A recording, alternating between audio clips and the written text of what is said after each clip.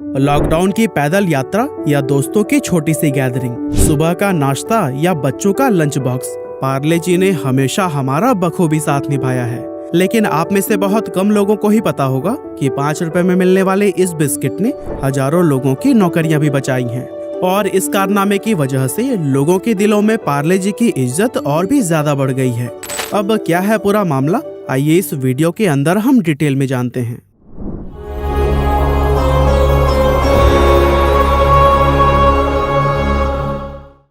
दोस्तों, पार्ले जी सिर्फ एक बिस्किट नहीं बल्कि एक इमोशन है जिससे अमीर हो या गरीब, बच्चे हो या बड़े, हर कोई एक जैसा ही लगाव महसूस करता है। लेकिन पिछले साल पार्ले जी से जुड़ी एक ऐसी बात सामने आई जिसने सभी को हैरान करके रख दिया।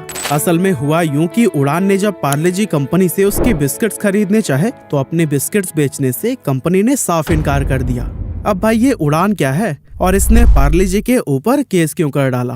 तो बेसिकली उड़ान एक B2B ऑनलाइन प्लेटफॉर्म है जिसे फ्लिपकार्ट के 3 एक्स एम्प्लॉइज ने मिलकर स्टार्ट किया था।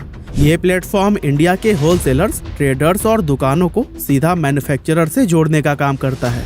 मतलब एक एग्जांपल से समझते हैं, आपके आसपास जो किराना स्टोर्स है ना, वहाँ तक कोई भी सामान 4 स्टेप्स के थ्रू मिलता है। पहला मैन्युफैक्चरर जो कि सामान को बनाता है, दूसरा डिस्ट्रीब्यूटर जो कि मैन्युफैक्चरर से सामान लेकर होलसेलर्स तक पहुंचाता है, और फिर लास्ट में होलसेलर्स पूरे एरिया के रिटेलर्स तक उस सामान को पहुंचाते हैं। अब उड़ान क्या करता है कि डायरेक्ट मैन्युफैक्चरर से सामान उठाता है और सीधा रिटेलर्स तक पहुंचा देता है। यानी बीच के जो 2 स्टेप्स है ना, उसको उड़ान खत्म कर देता है।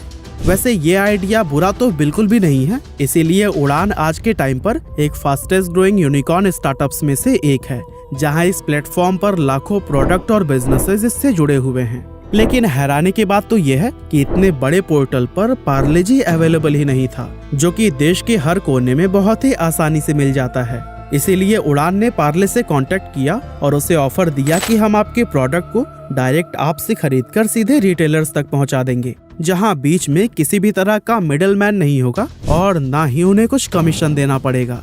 अब देखा जाए तो शायद ही कोई ऐसा बिजनेस होगा जिसके पास कस्टमर खुद चलकर आए और वो अपना सामान बेचने से इनकार कर दे, वो भी तब जब उसे नॉर्मल से ज्यादा प्रॉफिट मिल रहा हो। लेकिन पार्ले ने उड़ान को अपने बिस्किट्स बेचने से साफ मना कर दिया। अब इस डील को मना करने के पीछे की वजह थी पार्ले जी का डिस्ट्रीब्यूशन नेटवर्क, जिसे कि उसने कई सालों की मेहनत से बनाया था। और इस नेटवर्क में हजारों लोग जुड़े थे जो कि पार्ले जी को देश के हर कोने तक पहुंचाने के लिए दिन रात मेहनत कर रहे थे। ऐसे में पार्ले ने उड़ान से कहा कि हमारे सभी डिस्ट्रीब्यूटर्स हमारे लिए इम्पोर्टेंट स्टेक होल्डर्स हैं और हम उन्हें थोड़े से फायदे के लिए बाहर नहीं निकालेंगे। और अगर आपको हमारा बिस्किट चाहिए ही तो आप हमारे किसी भी डिस्ट्रीब्यूटर से ले सकते हैं। अब पार्ले का इस तरह डील के लिए साफ मना करना उड़ान को बिल्कुल भी अच्छा नहीं लगा, क्योंकि पार्ले जी जैसा कॉमन बिस्किट अगर इतने बड़े प्लेटफॉर्म पर नहीं मिलता तो ये वाकई में हैरानी की बात होगी। और इसी वजह से उड़ान पहुंच गया CCI यानी कि कंपटीशन कमीशन ऑफ इंडिया के पास। अब जो लोग नहीं जानते उनको हम बता दें कि CCI का काम इस चीज की जांच करना होता है कि कोई भी कंपनी अपनी पोजीशन या फिर साइज का गलत इस्तेमाल तो नहीं कर रही। उड़ान ने CCI के पास जाकर पार्ले जी के खिलाफ सेक्शन ऑफ द एक्ट 3 के उल्लंघन का केस फाइल कर दिया और पार्ले पर डील से इनकार करने और बिजनेस करने से रोकने का आरोप लगाया। साथ ही उनकी तरफ से ये भी कहा गया कि भारत में ग्लूकोज बिस्किट के लिए एक बहुत बड़ा बाजार है, जिसमें पार्ले जी लगभग 83% का हिस्सेदार है। इसीलिए वो अपनी मोनोपोली का गलत इस्तेमाल करके हमारा नुकसान कर रहा है, क्योंकि पार्ले का इस तरह बिस्किट ना देने के फैसले का असर हमारे बिजनेस पर हो रहा है। उड़ान का ये भी कहना था कि जब लोग हमारे प्लेटफॉर्म पर जाएंगे और पार्ले जी सर्च करेंगे तो फिर कोई भी रिजल्ट शो नहीं करेगा। अब इतना कॉमन बिस्किट जो हर दुकानदार को ही चाहिए, जब वही नहीं मिलेगा तो फिर लोग हमारा प्लेटफॉर्म छोड़कर चले जाएंगे और इससे हमें भारी नुकसान का सामना करना पड़ सकता है।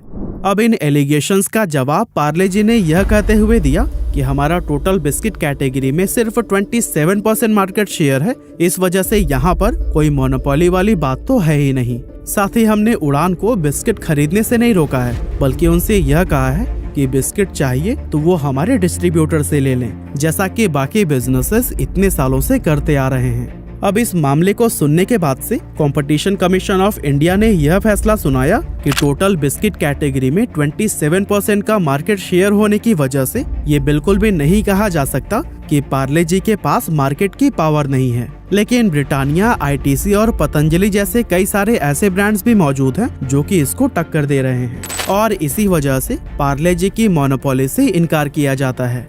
इसके अलावा उन्होंने ये भी कहा कि उड़ान एक ऑनलाइन B2B प्लेटफॉर्म है जहां पर कई सारे प्रोडक्ट्स मौजूद हैं और अगर सिर्फ बिस्किट कैटेगरी की ही बात की जाए तो वहां पर पहले से ही काफी सारे ब्रांड्स के बिस्किट अवेलेबल हैं।